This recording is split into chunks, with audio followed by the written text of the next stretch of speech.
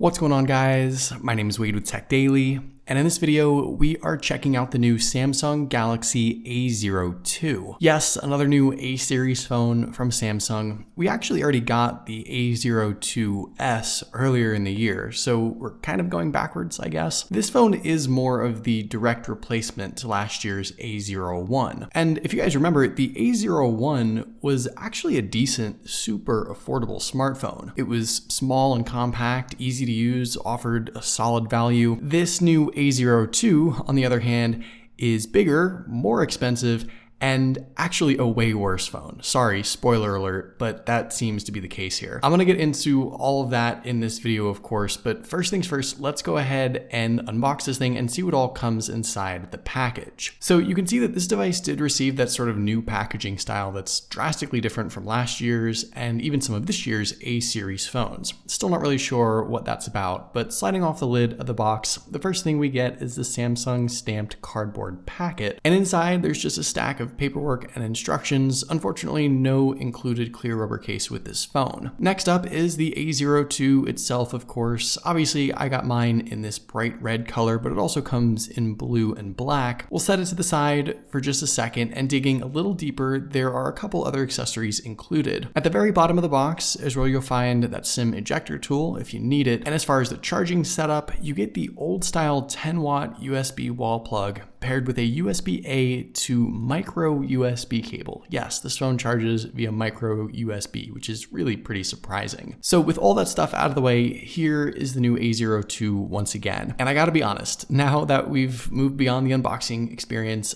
I'm gonna put pleasantries aside and say that while I might usually classify a phone like this as a budget device, something affordable, bare bones, made for folks who just need any old phone for the basic stuff, this device deserves to be called cheap. It's lower than budget, and not in a good way. And really, in my opinion, something you probably shouldn't even consider in 2021, especially for the starting price of some $150, which is how much this phone sells for right now. And I realize that's saying a lot, so let me explain. Physically, there's almost nothing wrong with this device at first glance. Like I mentioned already, the A02 is now a larger 6.5-inch phone. It's way bigger than the A01, which was 5.7 inches, and the small size was kind of a selling point for that device. This is now yet another big phone in the big phone lineup, and while it's maybe a little disappointing Samsung offers really no compact devices anymore, it seems, I can understand that getting a phone this size and at that somewhat reasonable price point could be a good deal. You've got a lot of real estate here to work with for consuming content, and the setup is mostly fine. There's a teardrop notch across the top, a little bit of a chin down there at the bottom, slim enough bezels, about what you'd expect for a device like this, and I don't really have too much to complain about so far. Around back, the A02 has an interesting design and finish, to say the least. It's a plastic housing, which again, we should expect, not a big deal, though you can actually kind of feel the seam between the plastic rear cover and plastic frame. So maybe a little lower quality than usual from Samsung, but that's still not my biggest gripe. You might be able to tell that paired with that textured line pattern, which I actually like, gives the phone a little bit of a grip, there's also this like splattered, dotted, speckled white stuff decorating the back and even the sides. This weird art project is only on the red phone, and it looks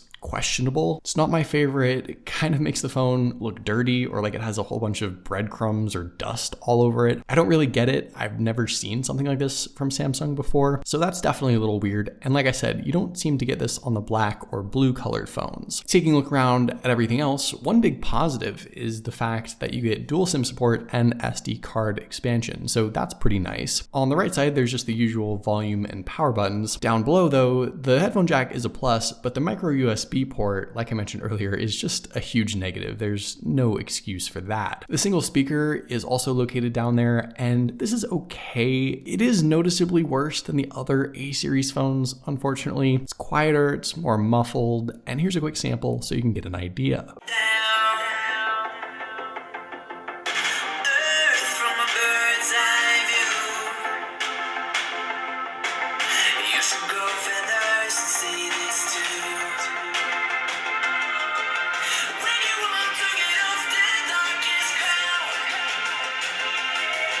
Around back, there's just a super basic dual camera setup, which I'll talk about in a second, but you might notice that there's no fingerprint sensor on this phone. Not totally unexpected, I guess. The A01 didn't have one either, but still kind of sad to see. There's no face unlock either, so the pin or pattern is the only unlock method here for this phone. The display itself on the A02 is mostly fine. It's a 1600 by 720 resolution LCD panel and packs in around 270 pixels per inch. On a phone at this price point, being the lowest end A series phone, I don't think you can really expect much more than this, but actually in a weird roundabout way, with a new, much more expensive A32 5G also getting basically this same 720 LCD display, that kind of makes this cheaper phone look good, but mostly just makes the A32 5G look really, really bad. The viewing experience though here is going to be fine considering the price you pay. It's a little brighter even than I expected. It's big, it's somewhat colorful, but you're fighting some off-angle dimming. There's no real distractions though, it's just your average basic sort of screen for a very inexpensive phone like this. And for watching any old YouTube video or browsing social media, it's gonna be fine. You just can't expect too much here. All right, so let's get into the main reason why this phone rubs me the wrong way, and that would be the specs. This new A02 is powered by the MediaTek MT6739W processor, which is a 4-year-old quad-core chipset that is objectively and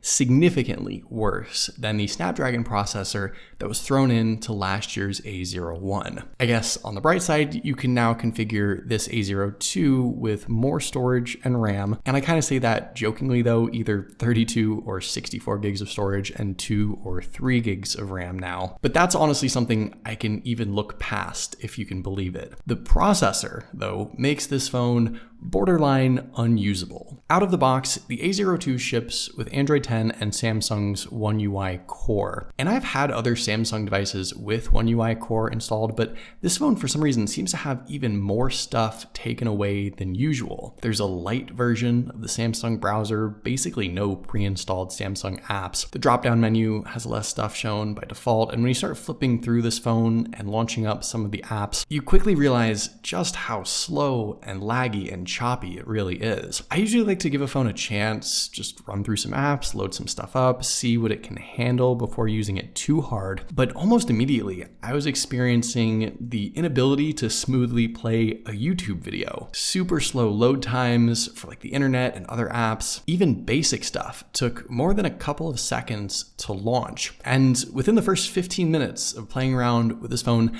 I had more than just a few apps straight up quit on me. This is bad news for a 2021 smartphone. And honestly, it's pretty bad for a 2015 smartphone. Last year's A01 wasn't even close to being this bad. It honestly was kind of good. And I have no idea why Samsung decided to launch this thing. I gotta say, I'm almost not looking forward to reviewing it because I genuinely don't think a person like me could even use this phone normally. I'm not sure if really anyone could use this phone normally, even if you don't do a lot on your smartphone. If your only goal is to have an emergency secondary phone for phone calls or text messages, maybe that's why you'd get this phone if it were also like free with a prepaid line or something. Certainly still not for $150. This device is just frustrating to use, and I'm blown away by how many issues I had literally right out of the box. This A02 also doesn't seem to have any new software updates either. The most recent one was a security patch in January, so I don't think there's much that can fix it right now. And my first impressions with this thing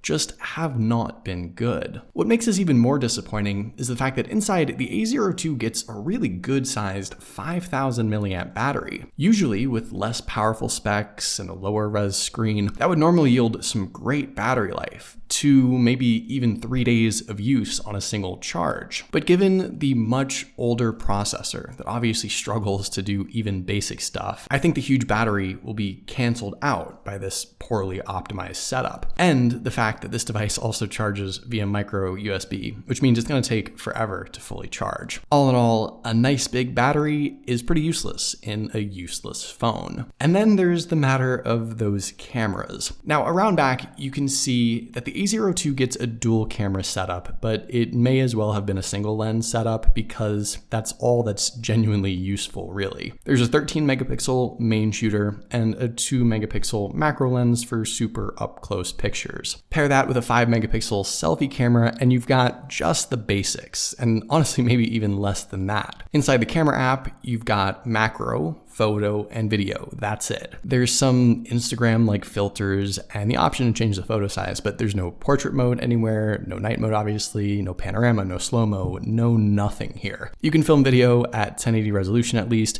but there's no video stabilization in any capacity. This is a phone that offers just your most basic camera setup, and the results are exactly what you'd expect. You get a picture that's fairly dull, kind of grainy, noisy, lacking a lot of detail. And while your expectations certainly have to be realistic here, I think this is still a bit worse than even I expected. So I kind of hate the fact that this turned into sort of a ranty first impressions video, almost just bashing the A02. But this phone is just not good. I can't think of a single reason why you might get this over the A02s or the A12, even if cost were a concern. For $50 more, you're getting a phone that's seriously 10 times better going with either one of those versus this one. And even getting last year's A01 makes more sense than this. That phone is now like 50 bucks unlocked, and it's literally better than this one in almost every way. I'm baffled that Samsung even launched this phone. I'm not really sure where it's supposed to be positioned in the A series lineup, and I have no idea who this phone is really for. I'm not looking forward to reviewing it in the coming days, to be totally honest, and I'm really glad I got to unbox it so that you didn't have to. But what do you guys think about this phone? Am I being too hard on it? Let me know in the comments down below. I'd love to know your thoughts, of course. But hopefully you guys did enjoy this video. Be sure to follow TechDaily on Twitter and subscribe to the TechDaily YouTube channel if you haven't already, and I'll see you guys later.